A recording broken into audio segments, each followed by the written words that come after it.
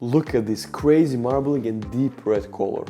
This is a steak from a 10-year-old cow. So what makes this so unique compared to USDA Prime, Wagyu or any other beef type? It is the intensified beef flavor and meat texture. The older the animal, the more the beef flavor intensifies, and this type of steak is most commonly used in Spain. Plus, my butcher dry aged this for 80 days, so this is something really special. So how do you actually cook this type of steak? So today I'm going to show you how to cook this steak without a grill, and for this we need the right pan. You can basically use any pan as long as it has a thick bottom. My absolutely favorite pan for pan searing steaks is this scap-schult cast iron, but today I'm going to use this stainless steel all-clad D3 pan. You can also use a grill pan, just make sure that the grill grates are not too elevated, because whenever you're starting with a raw steak, you want your steak to also touch the flat surface, and this will help you get a better crust faster. Okay, so there are a few key elements when it comes to cooking this type of beef. First, we need to let our steak to room temperature for at least 3 hours. Yes, so why is this important? Typically, when we cook steaks, we want to achieve a whole crusted surface while having a perfect edge-to-edge medium rare doneness. But with older animals, this is not the case. Why? Because older animals are typically more tougher, and if we cook this type of beef to medium rare or even medium, the meat becomes just too tough. And this is why it's important to have this steak at room temperature, because we want to actually warm the inside without overcooking it. And in this case, achieving medium rare is basically overcooking it. And as you can see, look at this texture. This is typically so soft, and as you can see, there's no bounce back when you have steak at room temperature. So now our pan is getting to temperature, and we're gonna season our steak only with black pepper. In Spain they typically use only salt, but I believe that adding pepper to this steak will just elevate the flavor. And we're gonna use salt after we cook our steaks. Make sure you have your seasoning evenly across the whole surface of your steak, and now we do the same on the other side. And of course, we dry the surface with paper towels before adding the pepper. And this is it. You can use everything that's on the board to season the sides, and now our steak is fully ready.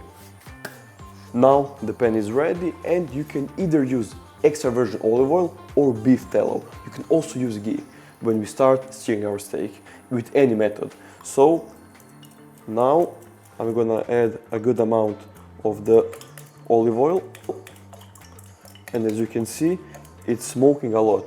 No problem. This means the temperature is slightly too hot. Just leave it off the heat for a few seconds, and now we place our steak in. And again, full contact is key. So whenever you're pan searing a steak, you need to hear it, and also you can hear those crackles. This is actually water evaporating from the surface. You should also need some smoke. If you want the best method for achieving the best crust, best doneness without smoking your house, you need to try the brown butter method. Now after about 1.5 minutes we flip. As you can see, amazing crust. So now we actually lower the temperature a little bit, because we don't want to burn our steak. And again, the goal is to heat the inside to around 42 to 45 degrees Celsius, which is just above rare. One funny thing is when people see steaks cooked in Spain, even Italy, or also the Scandinavian countries, they see a steak that's basically raw but warm. Then people immediately say, wow, why did you cook it? This is so wrong. But again, the beef becomes just too tough, and it's much more enjoyable to eat a steak at around 45 degrees Celsius that is warm and tender and juicy, and not have a steak that's above medium rare, because again, it will be too tough. I actually did some experiments, and every time beef cooked to lower temperature comes out much better. So now it's time to flip again,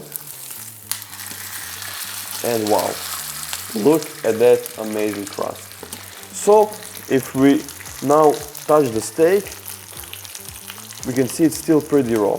And now I took my pan off the heat just a little bit, because I don't want my crust to burn. So now the goal is to have a temperature of around 180 to 200 degrees Celsius because we don't want to burn our crust.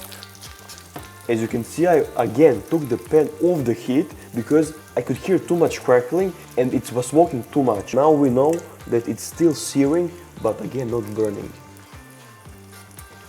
And this steak is ready. So now I'm gonna take it out.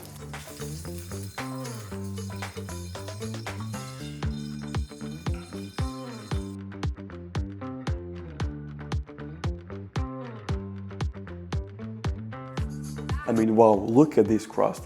Another thing when you are using this method or this type of beef is that it's easier to have a more crispy crust because the more you cook your steak, the more the juice leaks, and what is the killer of a great crust? It is the juice. So as you can see here, really crunchy, and now we need to let our steak rest for at least 3 to 5 minutes. Okay, it's time for slicing after a 5-minute rest.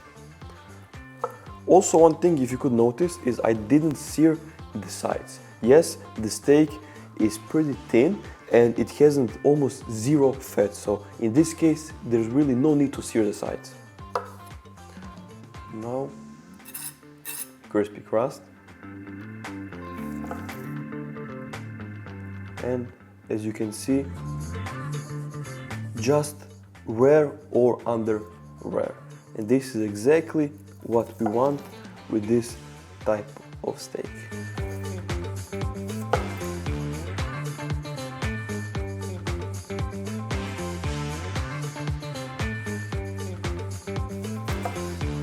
Wow, I wish you could smell it.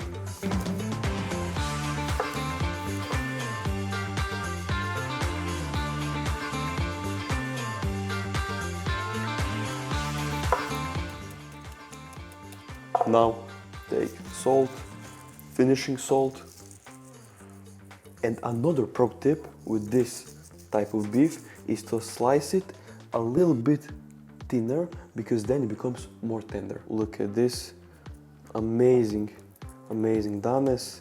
Let's see how tender this is.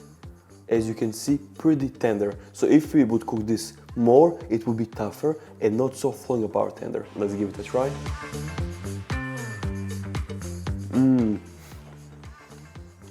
Wow, the crispiness is superb, not too crispy, just the perfect amount of crispiness. The fat melting, but the flavor, it's so intense. A few years ago, when I was younger, this would be too much, but now this flavor is truly amazing.